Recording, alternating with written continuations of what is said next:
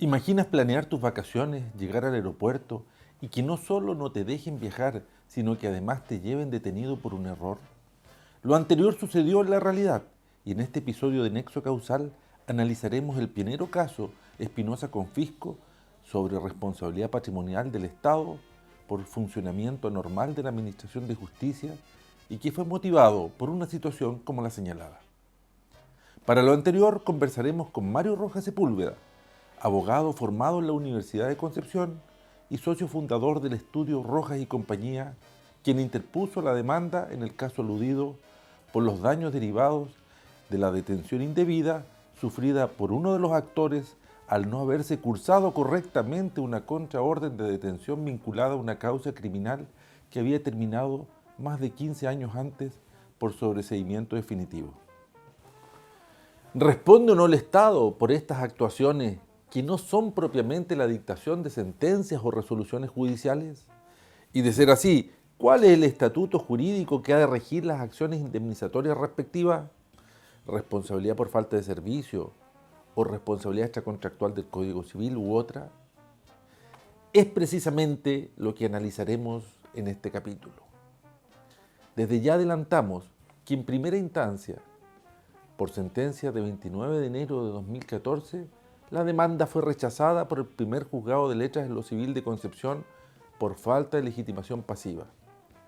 Sin embargo, la historia cambiaría cuando la Corte de Apelaciones de esta ciudad, por sentencia de 19 de enero de 2015, revocó esa sentencia y en su lugar acogió la demanda condenando al Fisco de Chile. Dicha decisión fue recurrida ante la Corte Suprema, la cual con fecha 2 de junio de 2015 desestimó el recurso de casación intentado por la demandada en sentencia dictada por su tercera sala. Soy José Luis Diez Schwerter, socio fundador de Diez Schwerter Abogados, y los invito a acompañarme a la oficina del abogado Mario Rojas Sepúlveda para que nos comente más detalles de este muy interesante caso.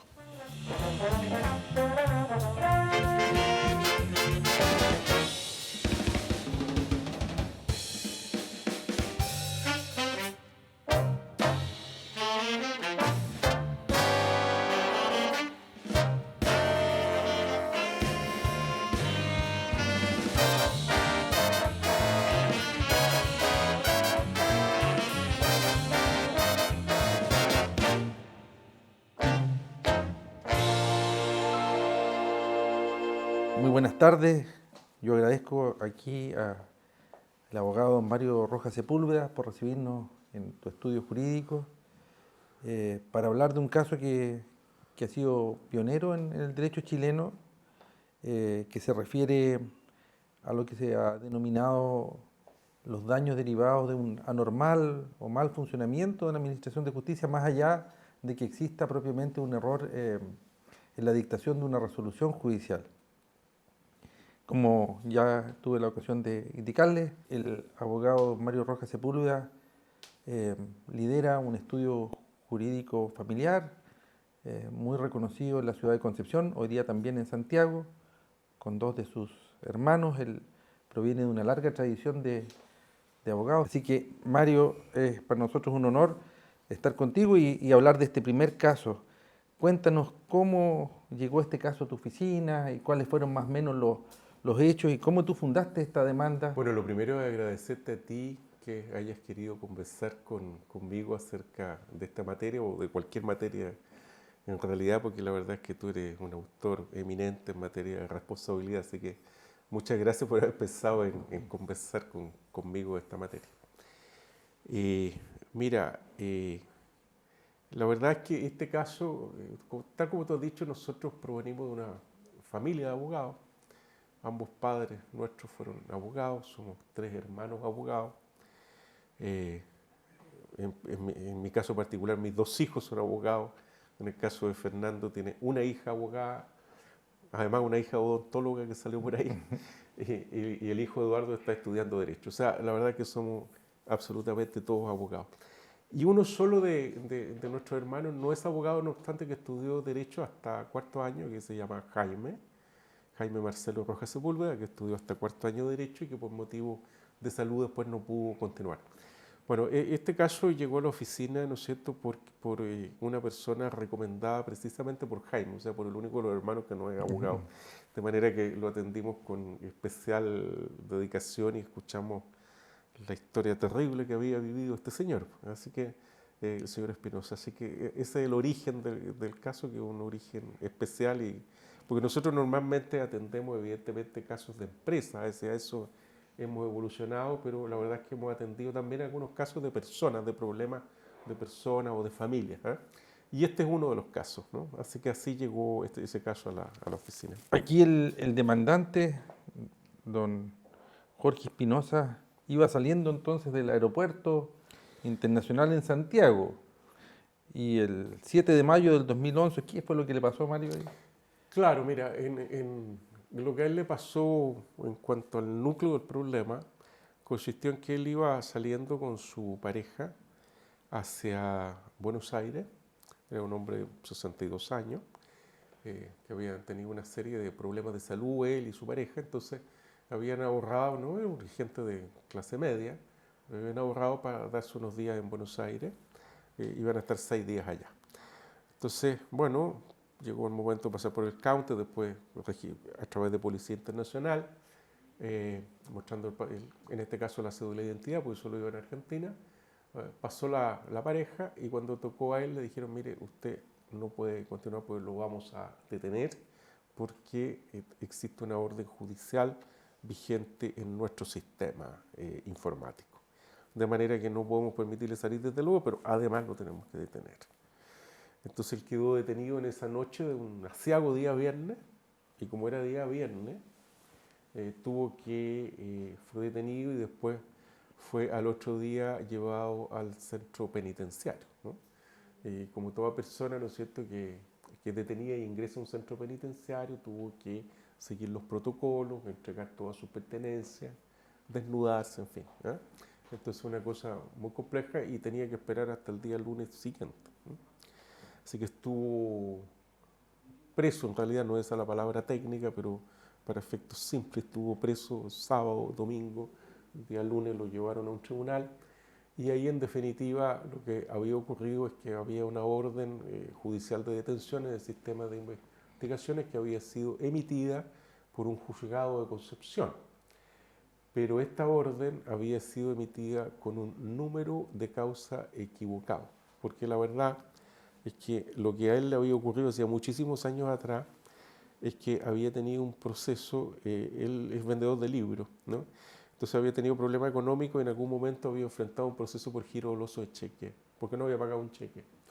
Pero él rápidamente pagó el cheque, ¿no es cierto? En esa época, de acuerdo a cómo se aplicaba la legislación y a la legislación, si tú no pagabas un cheque, terminabas de inmediato con una orden de detención y de prisión. Entonces se había emitido la orden, pero él de inmediato pagó el cheque, así que el juzgado emitió una contraorden. Pero como la orden original tenía un número diferente, equivocado de proceso, entonces cuando se emitió la contraorden se emitió con otro número, de manera que por este problema, entonces, que fue un error del sistema de administración de justicia, quedó esta orden vigente en el sistema, que fue la que Policía Internacional detectó y por esta razón lo detuvieron. Pero en resolver este problema estuvieron entonces el día sábado, el domingo, el día lunes. Mientras tanto el preso tuvo que fue trasladado entonces a un tribunal, en fin, y sufrió todas estas vejaciones, ¿no? Entonces fue una cosa, la verdad, compleja, porque después tuvo problemas ulteriores.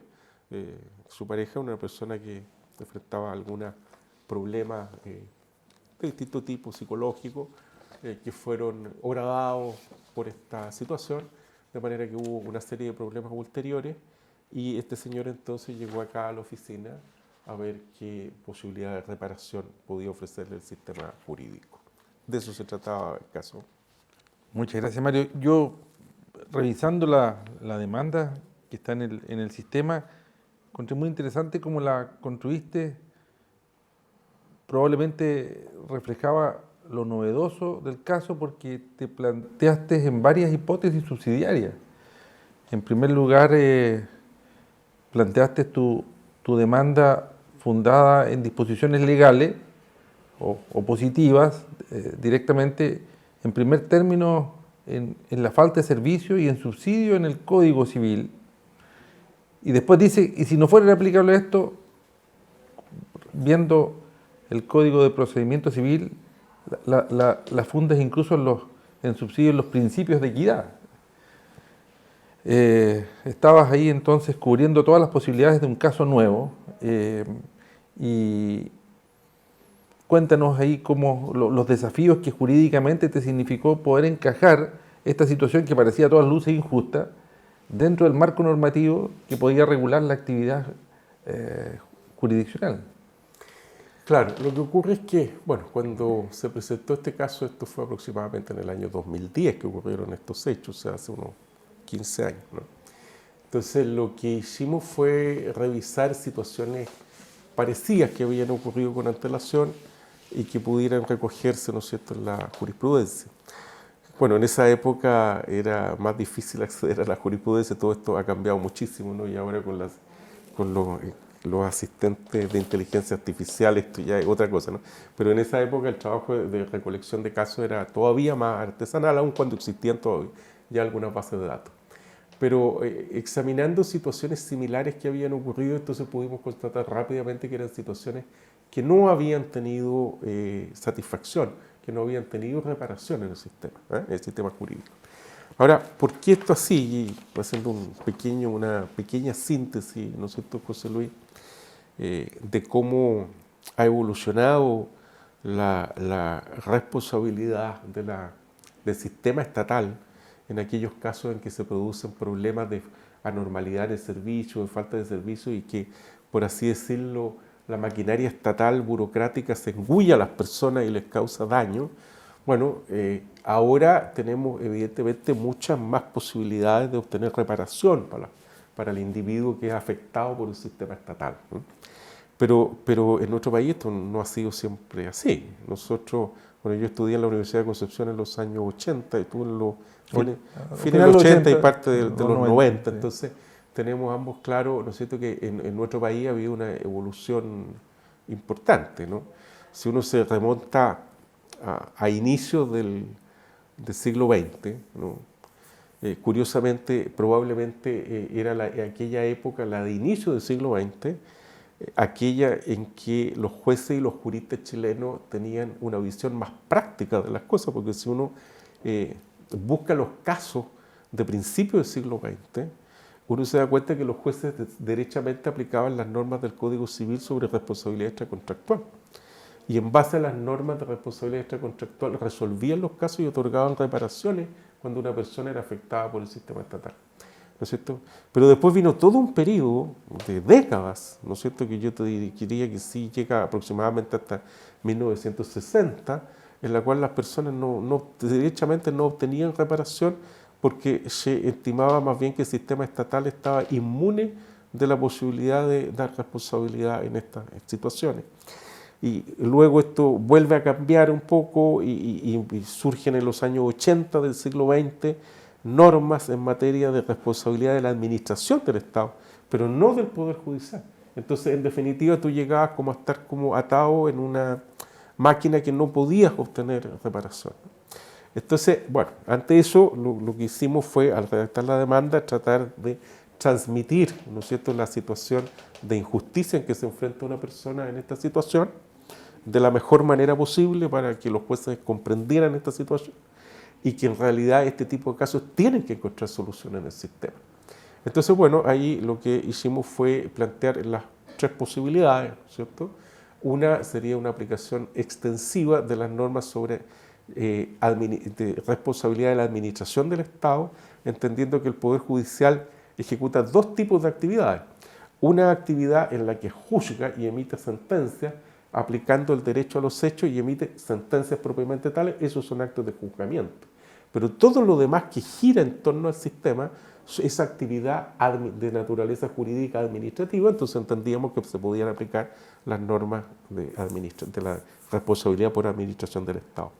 Después planteamos otra alternativa que fue la vieja, la antigua, a mi juicio la correcta, en mi opinión personal, la práctica, que es sencillamente aplicar las normas de la responsabilidad extracontractual, porque la verdad es que no existe ninguna norma legal que digan que no sean aplicables. O sea, por así decirlo, un retorno al inicio del siglo XX, ¿no? Entonces, y encuadrando los defectos de la administración en el Código Civil derechamente, que es, a mi juicio, la posición más práctica.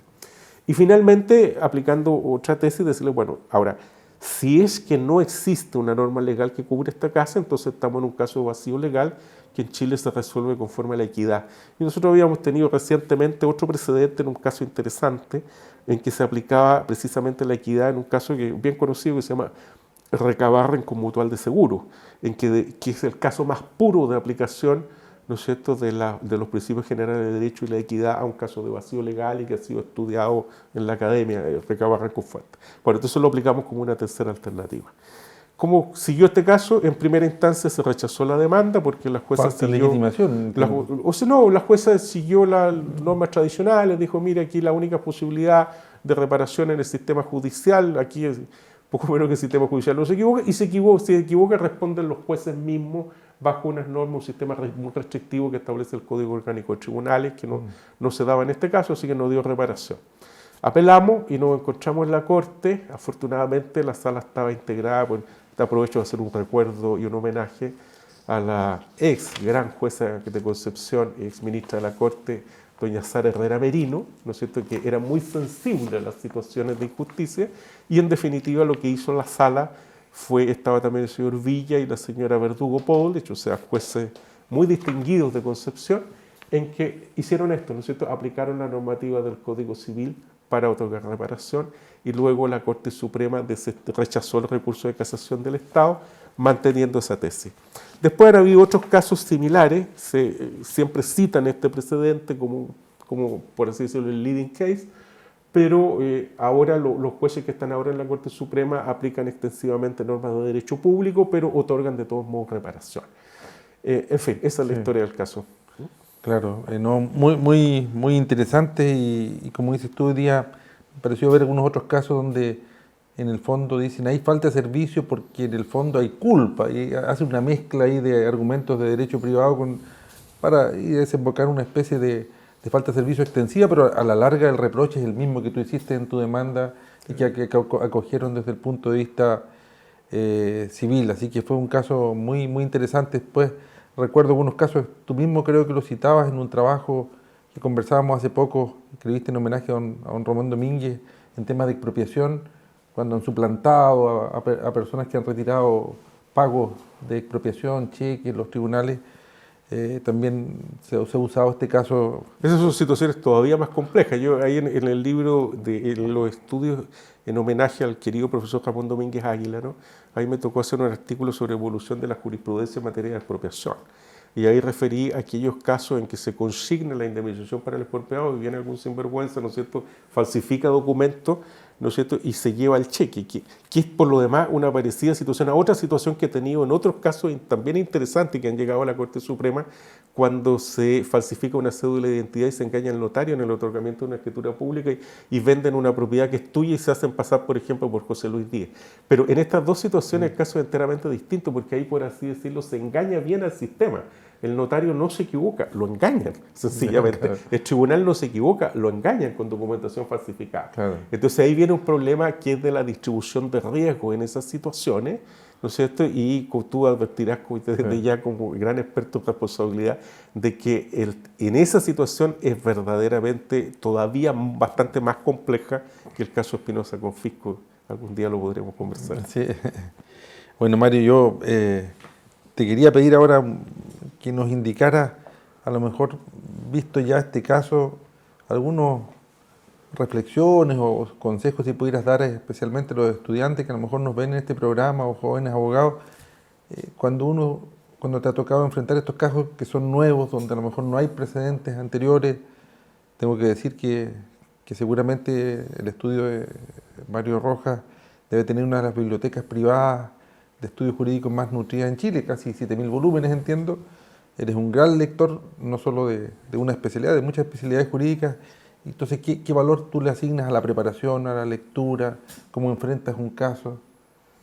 Mira, la verdad es que nosotros los abogados, el rol que tenemos, yo me he dedicado mi vida a dos cosas. Uno, a ser abogado y tengo este estudio jurídico y el resto de mi vida lo he dedicado a ser director de empresa, pero siempre estamos tratando de agregar valor social, por así decir. Y lo que en la oficina de abogados nosotros hacemos es en el fondo tratar de resolver problemas y de llegar a soluciones justas, ¿no? Entonces, afortunadamente, tú te encuentras en general en los tribunales de justicia con que en alguna de las instancias, en primera instancia, segunda instancia o la Corte Suprema, te encuentras, pero en general siempre encuentras a uno o más jueces con un acendrado sentido de justicia. Entonces, ¿qué es lo que ocurre? Que tú le tienes que transmitir el caso, tienes que exponerlo bien y tienes que probarlo bien. Eso es esencial. Si tú no, y esto es muy importante que los jóvenes lo entiendan. La prueba de los hechos en un juicio es el 80% del caso. Porque si tú con la prueba de los hechos estimulas el sentido de justicia del juez, y el juez que quiere ser justo, que normalmente los jueces quieren ser justos, hay casos en que no es así, pero la gran mayoría de los jueces quieren ser justos, entonces, pero bueno, el juez tiene poco tiempo, tiene muchos casos que ver, entonces, ¿cuál es el rol tuyo como abogado? Tú les tienes que ofrecer la solución técnica apropiada para que ese juez que quiere hacer justicia en tu caso, pero que puede faltarle el instrumento técnico y que además no tiene tiempo, los jueces no tienen tiempo. Los jueces están agobiados por una enorme magnitud de casos que tienen que resolver, uno tras otro. Entonces, ¿qué tenemos que hacer los abogados además de exponer y probar bien el caso? Tenemos que ofrecer soluciones técnicas dentro del sistema jurídico para que la justicia pueda concretarse. Ese sí entiendo yo nuestro rol. Y en ese sentido, bueno, nuestras bibliotecas, que son los conocimientos jurídicos acumulados, ¿no es cierto?, por siglos y el conocimiento también moderno, evidentemente que es útil porque allí uno encuentra elementos para poder ofrecerle al juez y llevarle estas soluciones técnicas que le permitan hacer justicia. Entonces, por eso me he preocupado siempre, ¿no es cierto?, siguiendo a profesores nuestros como Daniel Peñailillo, Ramón Domínguez, que admiradores de las bibliotecas, de tener una muy buena biblioteca. De hecho, yo viajo todos los años a Europa para tener permanentemente actualizada nuestra colección en todas las ramas del derecho, ¿no es cierto?, en todas, en civil, en derecho penal, en derecho tributario, en derecho comercial, y estoy muy orgulloso de decir que creo tener probablemente la colección privada, no sé si la más actualizada de Chile, pero al menos una de las más actualizadas. Y bueno, tenemos 5.000 volúmenes acá en Concepción y otros 2.000 volúmenes en las oficinas de Santiago. Y desde luego hay que leer, ¿no es cierto?, estos libros, ¿no es cierto?, para poder estar en condiciones de ofrecerle a los magistrados soluciones técnicas para que la justicia pueda hacerse realidad. En eso ayuda mucho. Ahora, evidentemente que con la inteligencia artificial todo esto se va a simplificar. Yo estoy seguro que estamos viviendo una época de transformación absoluta, José Luis, y en 3 años más, si volvemos a conversar, yo no sé de qué vamos a conversar, pero sí espero que todo Bueno, pero sea por para bien. último, y que podrá ser a lo mejor la finalidad última de la indemnización del daño moral, me imagino también la satisfacción de haberle podido transmitir a don Jorge Espinosa y a su pareja, doña Marta Meneses, que las demandas que ellos interpusieron fueron acogidas y habrán sentido también una cierta satisfacción con el caso Bueno, que eso es comentamos hoy día. maravilloso. Y esto se lo da la profesión de abogado, como yo me imagino que cuando un médico que le transmite un buen resultado a un paciente después de una cirugía. O sea, cuando tú eres capaz de resolver un problema que la persona ve como una persona, como un problema tremendo, en que la gente se siente indefensa, no necesariamente porque el Estado te ha agredido con su burocracia, en fin, o te ha dañado, sino que porque esa misma burocracia no es capaz de resolverte un problema que tú tienes con un privado. Entonces uno como abogado está siempre escuchando historias de personas que están profundamente afectadas, frustradas y satisfechas. Entonces cuando tú le transmites de que has podido resolverle su problema, y la persona vuelve a sentirse un individuo validado en el sistema y validado por el sistema como persona, eso es lo más maravilloso que uno puede sentir como abogado. Entonces yo, digamos, para los jóvenes que escuchan esto, yo les digo, esta profesión es maravillosa. Tú siempre, con esto voy culminando, ha sido recurrente y cuando conversamos, un tema que siempre estás tú estudiando es el derecho procesal y cercano a una especie de filosofía del derecho procesal, donde me dice, estuve leyendo siempre algo sobre el fin del proceso y lo has venido durante todo tu desarrollo profesional y siguiendo a ilustres. Me contabas que incluso has visitado los lugares donde vivieron ilustres procesalistas. ¿Qué nos puede decir el fin del proceso, los procesos de daño y este caso en Mira, particular? bueno, estamos terminando la conversación, así que simplemente yo quizá pueda dejar como anunciado un tema diciendo simplemente lo siguiente. A uno le enseñan, le preguntan en la universidad, en segundo año, te dicen, bueno, ¿cuál es el fin del proceso? ¿Cuál es la naturaleza jurídica del proceso? Y te enseñan la tesis del proceso como contrato, el proceso como cuasi contrato, el proceso como institución, el proceso como relación jurídica o el proceso como situación jurídica, ¿no? Entonces, bueno, el punto es que en las universidades a ti te enseñan, tú sales de la universidad joven como pensando como que el sistema jurídico es perfecto y que el proceso es perfecto y te va a la solución perfecta. Y tú sales como niño pensando eso y predicando eso, y luego llegas a la realidad y te das cuenta que en realidad todo es completamente imperfecto y de que muchísimas veces las personas no encuentran soluciones, te fijas tú en el sistema. ¿Eso por qué eso es así? Porque la verdad es que lo mejor que el ser humano ha podido diseñar o la sociedad han diseñado ha sido el proceso jurisdiccional. Pero el proceso jurisdiccional, la verdad es que tiene por fin lo que se llama la cosa juzgada. O sea, decir, mire, se acabó el proceso, vimos su caso y la solución es esta. Pero esta solución puede ser injusta. Y esta solución, ¿no es cierto?, tú solo la puedes remover en casos muy especiales, aún acreditando el error judicial eventualmente, en situaciones muy excepcionales. Normalmente la cosa es juzgada prima. Entonces, ¿qué es lo que ocurre?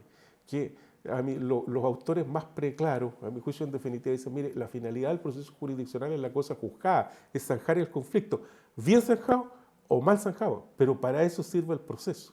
Entonces, las personas, los abogados, los jóvenes no tienen que engañarse. Esa es en realidad la finalidad del proceso. Remover la situación de conflicto y resolverla para bien o resolverla para mal, pero eliminar la situación conflictiva. Y terminando, entonces yo puedo decir que sobre esto yo recomiendo leer un librito pequeñito que se llama La teoría general del proceso, escrito por James Goldschmidt, decano de Berlín en los años 20, y que, bueno, en las vicisitudes de la Segunda Guerra Mundial, él era judío, tuvo que arrancó a España, y en España, con la ayuda de Leonardo Prieto Castro, escribió en español este libro que se llama Teoría General del Proceso, que es, insisto, pequeñito, de Editorial Labor, y él explica, en pocas palabras, como solo puede hacerlo un genio, ¿no? Explica todo esto que estoy yo expresando. Entonces, y otras personas que antes lo criticaban, como Piero Calamandrei, 10 años después, ya terminando su vida Piero Calamandrei, que tenía la gracia que no solo era académico, sino que también era abogado práctico, termina Piero Calamandrei diciendo, mire, yo critiqué a Goldschmidt, pero debo decir ahora ya al final de mi vida que Goldschmidt tenía toda la razón. Entonces no hay que malentender el proceso. Bueno, esto evidentemente queda para muchísimas otras reflexiones, solo dejo recomendada la lectura de Teoría General del Proceso del gran James Goldschmidt, que al final tuvo que arrancar en la Segunda Guerra Mundial, se fue a Inglaterra y lo acogió en Uruguay Cutir, ¿no es cierto?, en la universidad en Montevideo, y murió en Montevideo y está enterrado en Montevideo. Él tuvo una vida, después de haber sido una persona en Alemania considerado uno de los juristas más importantes, tuvo que terminar su vida arrancando y terminó en las tierras sudamericanas. Bueno, él escribió muchos libros maravillosos de derecho procesal, pero Teoría General del Proceso, es el libro propio de un genio que es capaz de escribir en 100 páginas lo que otros necesitan 2000 páginas y no llegan. Bueno, Mario, muchísimas gracias por habernos primero ilustrado con este caso tan pionero en la jurisprudencia chilena, que ha sido objeto de comentarios, de referencia en seminarios, pero aparte con estas reflexiones mucho más generales sobre la justicia, la profesión de abogado y también lo que se nos viene con la inteligencia artificial. Muchísimas gracias. Gracias a ti, José Luis. Gracias, muchas gracias.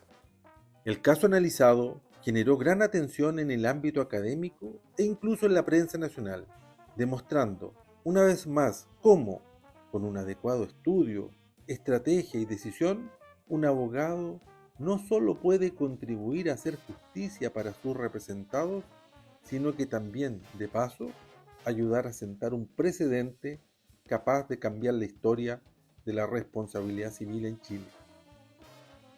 En el próximo capítulo analizaremos un sorprendente caso en que más de 6.000 vecinos de un barrio de Concepción, afectados por la inundación de sus viviendas, lograron que el Estado les indemnizara el daño moral sufrido por su falta de servicio. Este programa fue presentado por Diez Schwerter Abogados. Disfruta de este y otros episodios en todas nuestras redes asociadas.